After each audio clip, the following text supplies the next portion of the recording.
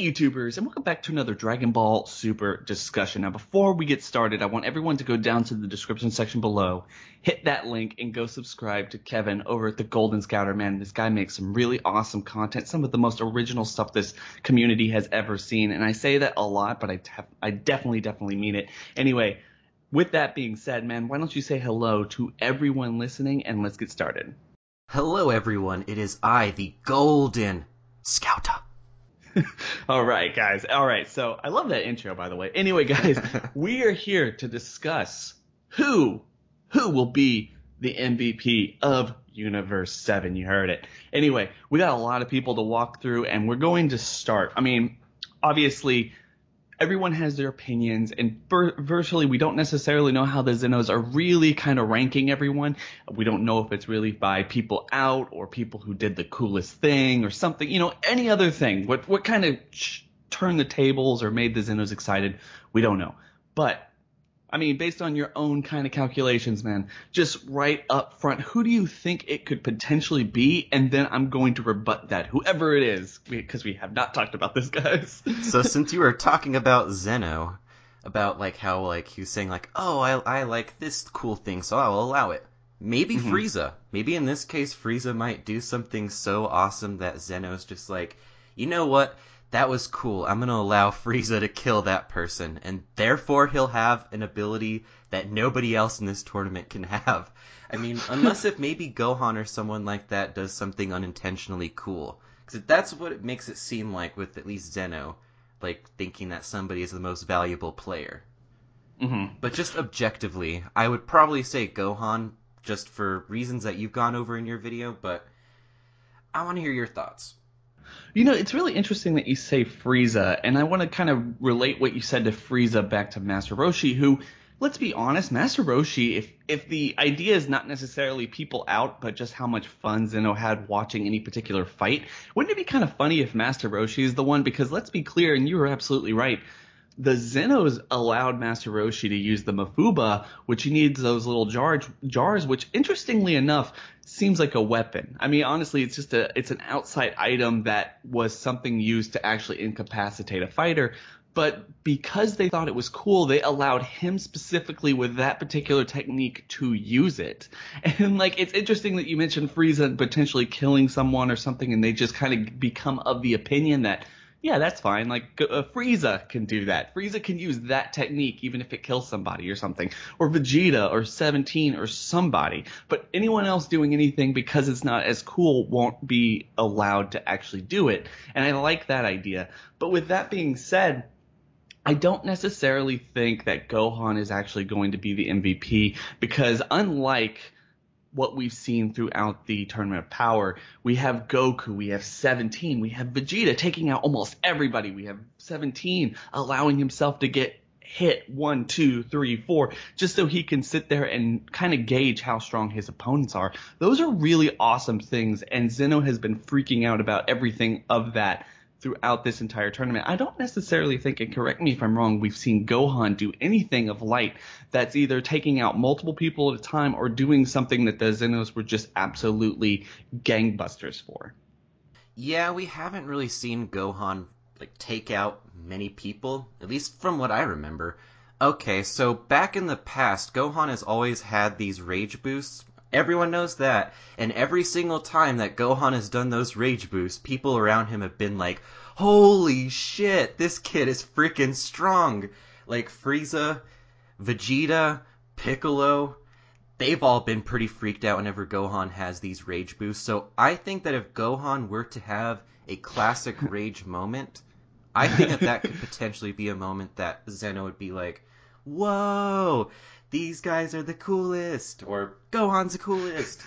I love how the Zenos throughout this entire tournament have been kind of the mentality of most of us as the audience. I know you have had your opinions and kind of downer opinions with this particular arc, but personally I've just been kind of all over it. Guys, if you want to hear his opinions on this arc, then please make sure to go check out his channel, like I said. But with that being said, I don't necessarily think I've seen Gohan do anything in this tournament that really kind of puts him over some of the cooler things that we've actually seen. And as I said, we don't necessarily know what the ranking of this is. We don't know if whoever gets the most outs seemingly is the one who actually gets the wish or is the MVP of the tournament. In fact, we don't necessarily know that because it doesn't seem like they're really taking any effect into thinking about like, oh, Vegeta got like this many people out, Frieza got this many people out. I personally think that it is going to be the Zenos kind of saying, oh, I had so much fun watching that particular person, we're going to give him the wish. And I guess that really opens up the door for Vegeta, though, because we've seen Vegeta have some really awesome moments. Not only did he help Goku take out most of Universe 9, but we also got to see him break out of the Mafuba, take out everyone, take out Vegeta. We've also got to see him take out people from other universes. I believe out of everyone in Universe 7, he actually has the most people out. In fact, I feel like out of the entire tournament, Vegeta has the most people out. So maybe there's enough there that would actually give us some indication that Vegeta would have,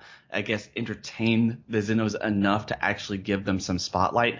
But let's be clear. I feel like the episodes are really structured in a way, and we know time is passing in between every single episode. They're not being stagnant, and they're not going from this is what was happening in that minute, and then the next episode is what was happening in that same minute, but with other characters. We know time is passing, so at least in my opinion, I feel like they're structuring this in a way that says this is what the Zenos are focusing on at any given point in the story or any given point of this particular tournament. So who we're focusing on are candidates for the particular MVP spot at the end of it. So we have Roshi, Vegeta definitely, Goku, Gohan, and 17 in my opinion. And I personally think that if it's going to be anyone, I think that it would probably be Goku, considering the fact that we have the special coming up. We have Goku fighting probably the most amount of people in the tournament that we've actually seen. And also we know the new transformation, the Genki Dama is coming back, and also a Kaioken times 20. So, I mean, what are your thoughts on Goku potentially getting the MVP spot? I mean, it's pretty obvious that he might end up getting it just because Goku always seems to have, like, the coolest techniques. Well, not really the coolest, but just really effective techniques, like you're saying. A technique that can just multiply his power and speed in an instant. And then he has another technique where he basically harnesses the but Genki from everyone around him. And even just back in the past, like he was the one with the flying cloud, or as that one Green Dub says, "Come, flying cloud." and he had the Neobo, or the power pole. That was an awesome thing. Like that's one of the reasons why I wish that weapons were allowed, because Goku could do some awesome things with that. But even in the past, like Goku has saved himself from getting ringed out in numerous ways. Like one of the things I really want to see Goku do is like fall out of the ring and then him do the feet Kamehameha. Oh. That would be so awesome. That would be a way I think that would really impress Zeno. Like, whoa, Goku, he got in with that blast. I guess it would be kind of it wouldn't be as spectacular if he just used the instantaneous movement, honestly. Do you think that Goku, having done or could do all of these particular things at once, I mean, feet Kamehameha, Kaioken, Genki Dama, new transformation, all this stuff is going to make Zeno freak out so much that he's going to just instantly go, Goku wins. Like, I mean, like in terms of like actually MVP for the particular team, depending on how, not even kind of looking at what Vegeta or Gohan has done, or 17 or Roshi or Frieza or anyone else like that. Do you think that this is going to be one of those things where Goku, because he had so much fun watching Goku, that he's going to become the MVP, and then we're going to see Goku just make the final wish? Yeah, I think that's pretty possible. Or maybe if someone could come in and actually steal the wish, or Goku could end up giving the wish away to someone else. Because, I don't know, Goku might not even know what to wish for in that case. Maybe just more strong fighters. Yeah, it would be interesting. He would wish to actually be able to do this again and again and again. But okay, wild card though. What are the wild cards for Universe 7? Because look, I know that a lot of people might want to think, oh, Vegeta's got the most beatdowns. We are expecting something big from Gohan. Roshi even got those episodes. I feel like he's in the running, and also Goku because Goku. And then I feel like 17 has gotten a lot of people's attention throughout this particular tournament. 17, people think that not only is he on par with Super Saiyan Blue, which I disagree with, but it is, up for debate as exactly how strong he actually is. But Do you think that he could potentially have some kind of I guess, MVP moment? I mean, we've already seen him go up against the Rebriand force and take out that wolf woman. We've seen him and 18, Kale and Khalifa go up against some Pride Trooper people, although they weren't necessarily, I guess, a huge part of that particular fight. Do you think with his grab bag of techniques and his strength and the very fact that he cannot get tired, considering the fact that that's already a plot point for the series, that people are actually getting tired, that he could potentially have a runner-up spot for the MVP? Yes, for all the reasons you said, plus his no-nonsense attitude towards fighting everyone at this point.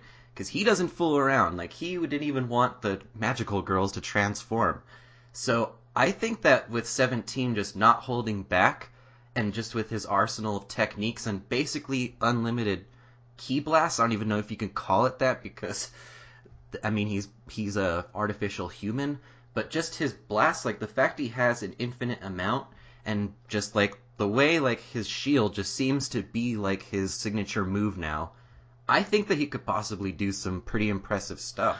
No, I agree. I agree, and I really hope that they don't waste that. I mean, we haven't necessarily seen a whole lot from it, but I fear that we've seen enough, or they at least feel like they've shown us enough of 17 and 18 using their unlimited energy, that the next time we see them have any prominence in this particular series, that they might be the ones getting out next or something else like that. I mean, if you look at it from importance of people left in the stage, 17 or 18, I believe, are on the chopping block, which is saddening, because I feel like a lot of people are really excited for 17 to come back, and we want more from him, especially since he's given us so much in the very short time that we've actually had him here. Yeah, I mean, just for him fighting for like 10 minutes or so, he's really made an impact again. Like, I mean, 17 was one of my favorite characters back in the day. Like, he's still one of my favorite characters, the Artificial Humans arc, but it was funny watching everyone just like, oh, 17's so awesome, and I'm like, I loved him before this. but if 17 were to get the wish, or 18 were to get the wish would probably be used for just a boat with a ton of cash on it. So that way it's killing two birds with one stone. 17's wish gets granted, and 18's wish gets granted. I guess, yeah, that would actually be pretty funny. And plus the minimalist about like what the Dragon Balls could actually be used for. I feel like that would be too much of the same thing, because what they used the Super Dragon Balls on last arc was kind of felt like, oh man, like the other universes, like Dragon Balls, could do this. It's kind of a waste of such an epic wish, but also it's kind of funny if you look at it like that, especially after all the death and destruction that happened. And it definitely goes along with 17 and 18's mentality from all the destruction that's been happening. They only think about themselves sometimes, and it's really kind of obnoxious. But last person here, let's talk about Frieza. Does Frieza have, I mean, you already mentioned Frieza, does Frieza have a legitimate shot? We know he's the one who's talked about it the most. Everyone else doesn't necessarily think about it, unless you want to talk about Vegeta saying, I will be the one who actually, wins this particular tournament, although I feel like he's talking more on a survival instinct situation than I want that wish. But Frieza's the one who really wants the wish. We've seen him talk about it at multiple occasions. Do you think he could be up for the running, and what do you think the benefits of him being up for the running? And in fact, like you said, the last question here is, what do you think would put him in the running? Taking out a lot of people, cool techniques, I mean, anything. Well, I think we've already heard it. The God of Destruction of Universe 2 is basically like, oh my god, I can't believe such a fighter even exists on this stage right now. So Frieza is obviously probably the most evil person on that fighting stage, and thus the most unhinged. But just the fact that Frieza doesn't have the same conscience as it seems that everyone else does on that stage, because whenever Frieza was fucking up Jamise, they were like, oh my god, they killed him, disqualify him. And it's just like, no, it's just Frieza having fun in his own way. It's just the whole thing at the Tournament of Power. Nobody's really torturing anyone like how Frieza is, or doing anything that diabolical as Frieza is. Because Frieza, quote-unquote, teamed up with Frost and betrayed him pretty much the first chance he got. So even, like, somebody that Frieza was teaming up with, he betrayed. So Well, I mean, Frieza was betraying Universe 7 and then blah, blah, blah. Yeah, it's all confusing, but The thing is if you think about it like that and you look about like how ruthless Frieza is, the strength that he has, as opposed to all the other people that we know on this particular stage, and how he's already kind of put himself in more of a theatrical display than almost anyone else in the tournament. I mean, him and Gohan were literally acting for the Zenos, and as I've said, we don't necessarily know what's going to end up being the most valuable player. This could all just kind of be a game to them. They're not necessarily looking at people getting taken out. So the very fact that Frieza has already tipped the scales in such a way to give the Zenos something else that they were never really expecting, something to cheer for. And if that is one of the things that they're judging as to how much fun they had watching this and who deserves that, I think it really puts the scales in his favor. Also, I think that because they already erased Frost from the tournament proceedings, considering the fact that we've already seen them do that, it's not necessarily indicated that we'll see that ever happen again. Because why do the exact same thing twice to a character who's essentially the same character as you did it the last time? So you're right, like Frieza might be kind of a tyrannical, like no conscious type of fighter, but maybe because what they did to Frost indicates that Frieza's going to be in this tournament for a really long time, and then after all is said and done, he's going to be able to sit out, or he might even stay to the very end, and he's never going to go off and they're never going to erase him. So Frieza's not going to have that freak out moment where he feels like he's been duped or he didn't deserve to lose, and he backlashes and they actually just erase him. In fact, it would be interesting, I mean, just kind of painting a picture here, it would be interesting if he in fact does get completely taken off the stage, but because they've had so much fun watching him do all of his things by that time, if he does get back on the stage, they just allow it. Like you said, if Frieza's allowed to do something that they don't necessarily agree with for other people, but because this person is the person who they are, they're just going to allow it. So it does allow Frieza a chance to actually become the MVP of Universe 7. Yes, I agree. Anyway, guys, I think we're going to leave it at that. Guys, do you think that we had any good points about any of these particular fighters? Who do you want to have the MVP spot of Universe 7? And in fact, who do you think, or how do you think that will actually be calculated? Is it based on people who have been taken out, or is it just based on who's creating the most theater for the Zenos to actually play along and be excited about? Who's giving us the coolest thing to watch? I mean, with a shonen anime, that's one of the things that us audiences want to see is the best fights. Who's doing the best fights? So why shouldn't Zeno be any different? I think that would be a really cool judging algorithm for them, or just kind of an opinion thing for them. So with that being said, please make sure to go down to the description section below, hit that link to go subscribe to Kevin over at the Golden Scout. The guy makes some really awesome content, as I said at the beginning of the video.